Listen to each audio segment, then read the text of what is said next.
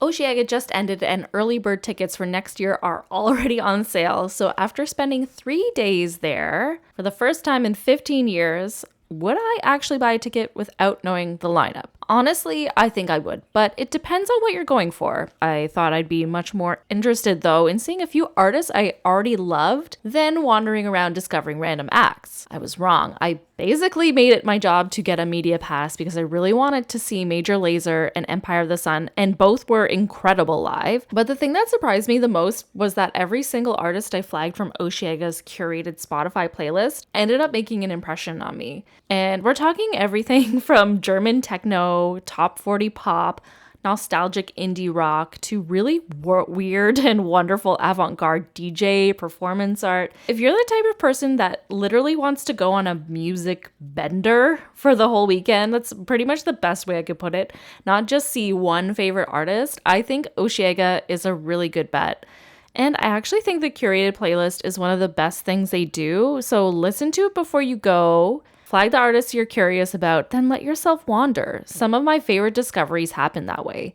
But here's what I would not do. I would not book Osheaga thinking, I'm going to Montreal for the weekend and I'll also go to the festival. And Old Montreal and Old Port, which are great, iconic spots in Montreal, they're extremely busy that weekend. Instead, I would go the day before the festival or after if you actually want to tag on a Montreal experience. You still do get a taste of the city at Osheaga, though. They bring in a ton of really good Montreal restaurants, plus cute little artistic installations, quirky things throughout the site, and some of the stage areas have incredible views of the Montreal skyline. Plus, you get to ride the metro, which is fun until it isn't. Now, would I bring kids? I saw families with everyone from babies to teenagers having a great time, so it is absolutely possible, but personally, I wouldn't call Osheaga family friendly.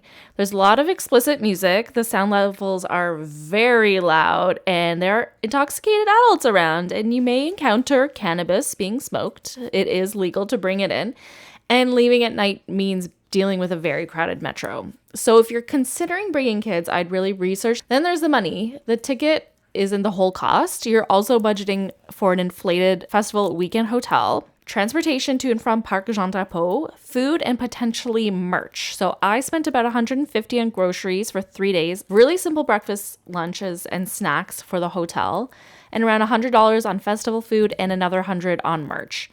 And honestly, the groceries were one of the best decisions because I didn't have to rely on festival food for every meal. So would I buy an early bird? If I needed one specific artist to justify the ticket, I'd wait for the lineup. But if you love music, discovery, good food, weird little experiences, and spending an entire weekend immersed in live music, yeah, I think Osheaga is worth considering before you even know who's playing. Just give yourself a recovery day on either side if you can, because it is a music bender and your feet will know it.